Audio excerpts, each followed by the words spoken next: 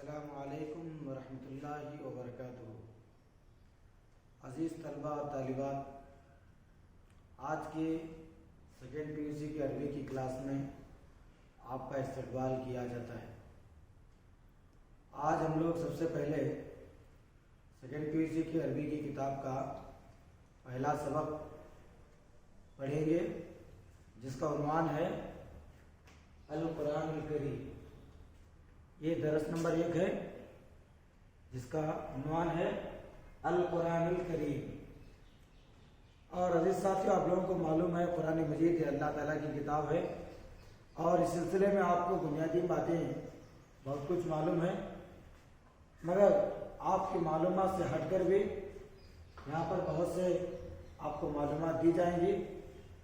تو سب سے پہلے آپ لوگ جب بھی ہماری کلاس میں سبق پڑھیں گے تو آپ کو سب سے پہلے کتاب کھول کر رکھنا ہے، اور کتاب میں ایک لائن کو آپ کو فالو کرنا ہے، اور اس میں کے جو مشکل الفاظ ہیں میں حل کراؤں گا، اور اس کی تشریح بھی آپ لوگوں کے سامنے سنائی جائے گی۔ تو دیکھیے عزیز بچوں، کتاب میں دیکھیے، القرآن کتاب اللہ انزل علی محمد صلی اللہ علیہ وسلم بواسطة جبرائیل فی فترة 23 سنة۔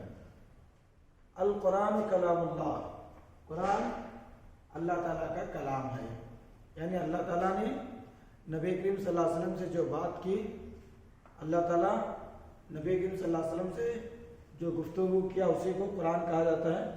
تو قرآن اللہ تعالیٰ کی کتاب ہے، انزل علی محمد صلی اللہ علیہ وسلم، جو کہ محمد صلی اللہ علیہ وسلم پر نازل کی گئی۔ انزلہ اس لفظ کو دیکھیے، انزلہ اس کا معنی کیا ہے؟ یہ فعل ماضی مجہول ہے، جس کا معنی ہے نازل کیا گیا، نازل کیا گیا۔ اس لفظ کو بہت آسانی سے آپ سمجھ سکتے ہیں، ہم بار بار یہ لفظ دہراتے ہیں، اللہ نے قرآن نازل فرمایا۔ تو نازل سے، نزول سے لفظ انزلہ، نازل کیا گیا علی محمد صلی اللہ علیہ وسلم۔ کن پر نازل کیا گیا؟ محمد صلی اللہ علیہ وسلم پر نازل کیا گیا، بواسطۃ جبرائیل، جبرائیل کے واسطے سے، جبرائیل کے ذریعے سے۔ یعنی مطلب ہے کہ قرآن مجید کو اللہ تعالیٰ ڈائریکٹ نبی کریم صلی اللہ علیہ وسلم پر نہیں اتارا، بلکہ اللہ تعالیٰ نبی کریم صلی اللہ علیہ وسلم کے اوپر قرآن مجید کو جبرائیل کے ذریعے سے نازل فرمایا۔ اور اس کے بعد فی فترۃ 23 سنۃ، فترۃ کا معنی دیکھیے، فترۃ کہتے ہیں مدت کو، مدت یعنی کتنی مدت میں قرآن مجید نازل ہوا؟ 23 سنۃ، 23 سال کی مدت۔ 23 سال وہ کون سے ہیں؟ 10 سال مکے کے، 13 سال مکے کے، 10 سال مدینے کے، تو کل ہو گئے 23 سال۔ تو مکے میں اللہ کے رسول صلی اللہ علیہ وسلم نبی بننے کے بعد نبوت کی عمر آپ صلی اللہ علیہ وسلم کی 13 سال تھی، اور اس کے بعد مدینے میں آپ صلی اللہ علیہ وسلم جب رہے تو 10 سال تک آپ رہے، تو ٹوٹل 23 سال کی مدت میں قرآن مجید نازل ہوا۔ فی بلدۃ مکہ و مدینہ، کہاں پر نازل ہوا قرآن مجید؟ مکہ اور مدینے میں قرآن مجید نازل ہوا۔ اس کے بعد دیکھیے، ھذا الکتاب دستور للحیاۃ الانسانیہ، یہ کتاب یعنی یہ قرآن مجید دستور ہے، قانون ہے، قانون الہی ہے، للحیاۃ الانسانیہ، انسانی زندگی کے لیے۔ تو دستور تو کئی مرتبہ آپ لوگوں نے لفظ سنا ہوگا، دستور قانون کو کہتے ہیں، یعنی اللہ تعالیٰ انسانوں کو زندگی گزارنے کے لیے کہ کس طریقے سے دنیا میں زندگی گزارے، اس کے کچھ قوانین اللہ تعالیٰ نے بنائے ہیں، تو وہ قوانین قرآن مجید میں بتائے گئے ہیں۔ تو اس لیے کیا کہا گیا کہ یہ کتاب دستور ہے، کس کے لیے؟ للحیاۃ الانسانیہ، انسانی زندگی کے لیے۔ اب اس کے بعد وَتُعَدُّ مِن صُحُفِ السَّمَاوِیَّہ، اور اس کتاب کا شمار آسمانی کتابوں میں کیا جاتا ہے۔ دیکھیے تعد، یہ ذرا نیا لفظ ہے، اس لفظ کا معنی لکھیے، اس کا معنی ہے شمار کیا جاتا ہے۔ تو شمار کرنا یعنی یہ کتاب کوئی عام کتاب نہیں بلکہ اس کتاب کا شمار آسمانی کتابوں میں ہوتا ہے. تو تعد یہ فعل مضارع مجهول ہے, اس کا معنی کیا ہوا؟ شمار کیا جاتا ہے. تو کس میں شمار کیا جاتا ہے؟ من صحف السماویہ, آسمانی کتابوں میں. تو سماویہ سماؤں سے لفظ نکلا, تو جس طریقے سے اللہ رب العالمین آسمان سے کتابیں نازل فرمایا, تورات, زبور, انجیل, انہی آسمانی کتابوں میں یہ قرآن مجید بھی ایک آسمانی کتاب ہے. اب اس کے بعد پھر آگے دیکھیے, فیہ آیات محکمات, اس میں کچھ آیات محکمات ہیں. محکمات, آیات محکمات, اس میں آیات محکمات ہیں. تو قرآن مجید میں دو قسم کی آیتیں ہیں, ایک آیات محکمات اور دوسرا ہے آیات متشابہات. تو آیات محکمات یہ ان آیتوں کو کہا جاتا ہے جس کا تعلق عقائد سے ہوتا ہے, جن آیتوں کے اندر اللہ رب العالمین نے اپنی وحدانیت کے بارے میں, ایک اللہ کی گواہی دینے کے بارے میں, ایک اللہ کو ماننے کے بارے میں, ایک اللہ رب العالمین کو رب ماننے کے بارے میں جن آیتوں کے اندر بتایا گیا ہے, ان آیتوں کو کہا جاتا ہے آیات محکمات. تو آیات محکمات اس کا تعلق عقیدے سے ہوتا ہے کہ ہم ایک اللہ تعالیٰ کو مانیں. ایک اللہ تعالیٰ کو ماننے کے بارے میں جو آیتیں بتائی گئی ان کو کہا جاتا ہے آیات محکمات. تو دیکھیے فی آیات محکمات, اس میں آیات محکمات ہیں تتعلق بالعقائد, جس کا تعلق عقیدے سے ہوتا ہے. تو تتعلق کا معنی جس کا تعلق کس سے ہوتا ہے؟ عقائد, عقیدے کی جمع عقائد. تو عقائد یعنی ایک اللہ کو ماننا, رسولوں کو ماننا, آخرت کو ماننا, اللہ کی کتابوں کو ماننا, فرشتوں کو ماننا, تقدیر کو ماننا, یہ ساری چیزوں کو کہا جاتا ہے عقائد. تو ہمارا ایک مومن ہونے کے ناطے ہمارا جو عقیدہ جس سے جو ہے ان عقائد کو ماننے کو عقائد, ان چیزوں کو ماننے کو عقائد کہا جاتا ہے. تو آیات محکمات میں عقائد کا ذکر ہے, والاعمال, اور اعمال کا, اعمال یعنی کون سا عمل کرنا چاہیے, کون سا عمل خراب ہے, کون سا عمل اچھا ہے, ان ساری چیزوں کا بھی اس میں ذکر ہے. والمسائل الدینیہ والدنیویہ, اور کیا ہوتا ہے اس آیت محکمات میں؟ اس آیت محکمات میں دینی مسئلے اور دنیوی مسئلے, یعنی دین میں کون سی چیز حلال ہے, کون سی چیز حرام ہے, کون سے کام ہمیں کرنے ہیں, کون سے کام نہیں کرنے ہیں, اور اسی طریقے سے دنیا میں کون سے کام کرنے ہیں, کون سے کام نہیں کرنے ہیں. تو یہ دین اور دنیا کے جو مسائل ہیں وہ سارے کے سارے مسائل کا ذکر بھی آیات محکمات میں ہے. وقد ذکر اللہ فی المصحف کثیرا من اساطیر الاولین, اور اللہ تعالیٰ نے ذکر فرمایا ہے. تو ذکر کا یہ بہت مشہور لفظ آپ لوگوں نے بار بار سنا ہوگا اس کو. تو ذکر فعل ماضی, اس کا معنی اللہ نے بیان کیا, ذکر فرمایا. تو بار بار ہم لوگ کہتے ہیں اللہ کا ذکر کرو, یعنی اللہ کو یاد کرو. تو وقت ذکر اللہ فی المصحف, اللہ تعالیٰ نے قرآن مجید میں بیان کیا ہے من اساطیر الاولین. اساطیر الاولین اس لفظ سے دھیان سے سنیے, اساطیر الاولین. اساطیر کا معنی ہوتا ہے واقعات. اساطیر کا معنی قصے واقعات. الاولین اگلے لوگوں کی, ہم سے پہلے جو لوگ تھے, ہم سے اول جو لوگ تھے, ان کو کہا گیا اساطیر الاولین. اول کی جمع اولین. تو اساطیر الاولین کا معنی ہوا کہ ہم سے اول یعنی ہم سے پہلے لوگوں کے جو واقعات قرآن مجید میں بیان کیے گئے ان کو کہا جاتا ہے اساطیر الاولین. یعنی ہماری امت جو آخری امت ہے, ہم سے پہلے کئی امتیں آئیں. حضرت ابراہیم علیہ السلام کی امت آئی, حضرت موسیٰ علیہ السلام کی, حضرت آدم علیہ السلام کی, اور جس نے سمود, فرعون, قارون, یہ سارے لوگوں کے واقعات قرآن مجید میں بیان کیے گئے ہیں. تو قرآن مجید کون سی کتاب ہے؟ یہ وہ کتاب ہے جس کے اندر ہم سے اگلے لوگوں کے یعنی ہم سے اول لوگوں کے اس میں واقعات بیان کیے گئے. کیوں بیان کیے گئے اس میں؟ اس کا جواب دیا گیا للتدبر والتفکر، تدبر کرنے کے لیے اور تفکر کرنے کے لیے۔ تو تدبر اور تفکر، تو یہ دونوں لفظ تدبر و تفکر دونوں سیم ورڈ ہے، دونوں کا معنی ایک ہی ہے۔ تدبر کا معنی بھی غور سے کسی چیز کے بارے میں غور کرنا، تفکر کا معنی بھی کسی چیز کے بارے میں فکر کرنا، سوچنا۔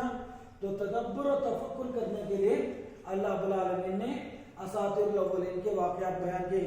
یہ اس لیے نہیں کہ کوئی ایک شوق کے طور پر کسی کا دل بہلانے کے لیے یا صرف ایسا وقت ضائع کرنے کے لیے، ٹائم پاس کرنے کے لیے اساطیر الاولین وہ پچھلے لوگوں کے واقعات نہیں بیان کیے گئے۔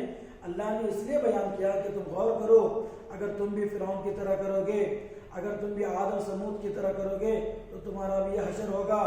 تو یہ اس چیز کو غور و فکر کرنے کے لیے اللہ رب العالمین نے قرآن مجید میں اگلے لوگوں کے، پچھلے لوگوں کے واقعات اللہ نے بیان کیا ہے۔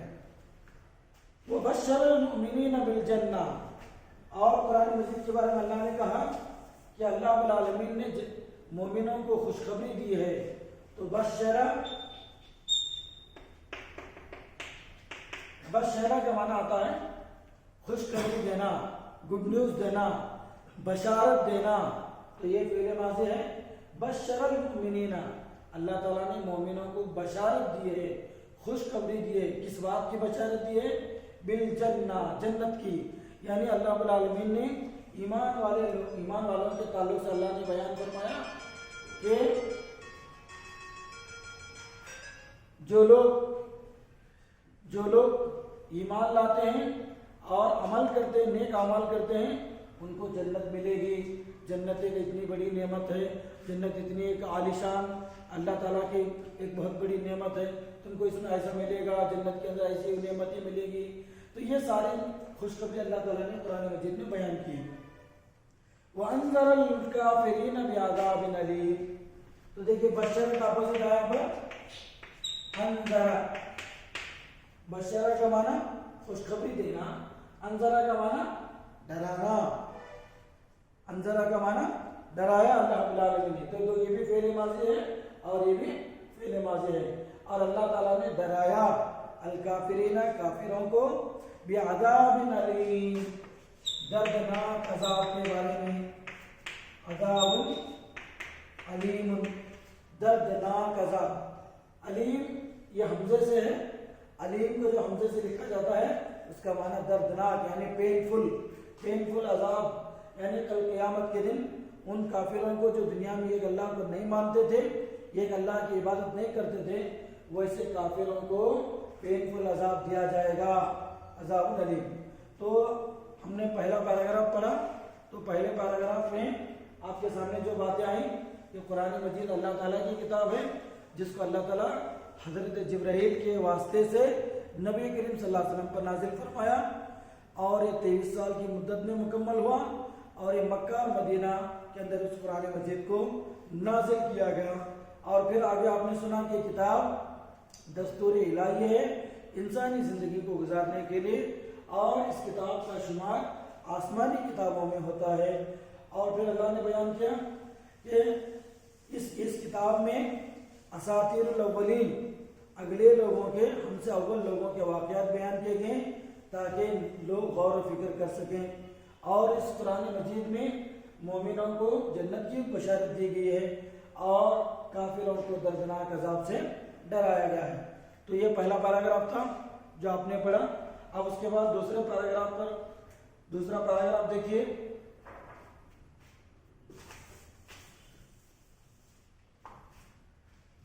فیہ 114 سورۃ و30 جزءا، اس قرآن مجید میں 114 صورتیں ہیں۔ ٹوٹل اس قرآن مجید میں 114 صورتیں ہیں اور 30 پارے ہیں۔ تو جز تو آپ لوگ سمجھتے ہیں، آپ لوگ ہمیشہ کہتے ہیں کہ پہلا جز، دوسرا جز، تیسرا جز، تو جز کا معنی ہوا پارے۔ تو 30 جزء 30 پارے اور 114 صورتیں اس قرآن مجید میں۔ وقد قسم المفسرون السور الى قسمین،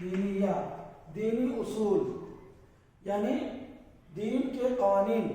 اصول یہ قانون کو کہتے ہیں. یہ تو دین سے تعلق رکھنے والے جو قوانین ہیں, دین سے تعلق رکھنے والے جو قوانین ہیں اس کا عام طور پر مکی صورتوں میں ذکر کیا جاتا ہے. کل عقائد وجود اللہ, جیسا کہ ان مکی صورتوں میں زیادہ تر عقائد کے بارے میں ذکر ہوتا ہے, اللہ کے وجود کے بارے میں. تو آپ اس سے اتنی بات ذہن میں رکھیے کہ مکی صورتوں میں زیادہ سے زیادہ صرف اس بات پر زور دیا گیا ہے کہ اس دنیا کو پیدا کرنے والا ایک اللہ ہے اور وہی اس دنیا کا تنہا مالک ہے, اس کی عبادت میں کوئی شریک نہیں. تو اس چیز کا وجود, یہ اسی چیز کا بیان کیا گیا کہ اللہ ایک ہے, اللہ کے سوا کوئی معبود نہیں. تو عقائد کا ذکر ہے. عقائد میں کیا کیا چیزیں آ گئی؟ اللہ کے وجود کے بارے میں, وعن اثبات الرسالہ, اثبات رسالہ. اور کیا آتا ہے اس میں مکی صورتوں میں؟ رسالت کا ثبوت ملتا ہے. اثبات کا معنی ثبوت اور رسالہ کا معنی رسول. تو اللہ تعالیٰ نے جو رسولوں کو بھیجا, فلاں رسول سے یہ میرے پیغمبر ہیں, فلاں کو میں رسول بنا کر بھیجا ہوں. اس رسول نے آ کر یہ لوگوں کو یہ دعوت دی, انہوں نے کیا پیغام لوگوں کو دیا اور لوگوں نے اس رسول کے ساتھ, اس نبی کے ساتھ کیا سلوک کیا, یہ سارے کا سارا مکی صورتوں میں ہی رسولوں کا بھی ذکر ملتا ہے اور اللہ کے وجود کے بارے میں بھی ذکر ملتا ہے. اور اسی طریقے سے بعث بعد الموت, بعد الموت, موت کے بعد کی زندگی, موت کے بعد کو اٹھایا جانا, موت کے بعد انسان کو پھر دوبارہ اٹھانا, اس کو پیدا کرنا. تو یہ مکی صورتوں کے اندر اور کیا بیان کیا گیا؟ تیسرے نمبر پر اس کے اندر جو مضمون ہوتا ہے بعث بعد الموت کا ذکر ہوتا ہے, یعنی انسان کے مرنے کے بعد اس کے ساتھ کس طریقے کے حالات ہوتے ہیں, کس طریقے کا اس کے ساتھ کیا کیا حالات ہوں گے, آخرت میں کیا ہوگا اور اسے قبر کے اندر اس کے ساتھ کیا ہوگا, ان ساری چیزوں کا بھی مکی صورتوں کے اندر ذکر ملتا ہے. اور اسی طریقے سے تو یہ مکی صورتوں کے اندر یہ ان تین مضمون کو بار بار دہرایا گیا. ایک تو ہوا اصول دینیہ یعنی ایک اللہ تعالیٰ کو ماننے کے بارے میں, ایک اللہ اس دنیا کا اکیلا مالک ہے, عقائد کے بارے میں اس میں ذکر ہے, اسی کو اصول دینیہ کہا جاتا ہے. دوسرا ہوا اثبات رسالہ یعنی اللہ تعالیٰ نے رسولوں کو بھیجا, اللہ تعالیٰ نے رسولوں کو جو بنا کر جو بھیجا ہے وہ سچے رسول تھے, انہوں نے جو دعوت دی اس کے بارے میں بیان کیا گیا. اور تیسرا بعث بعد الموت, موت کے بعد کی زندگی کے بارے میں اس میں دہرایا گیا ہے.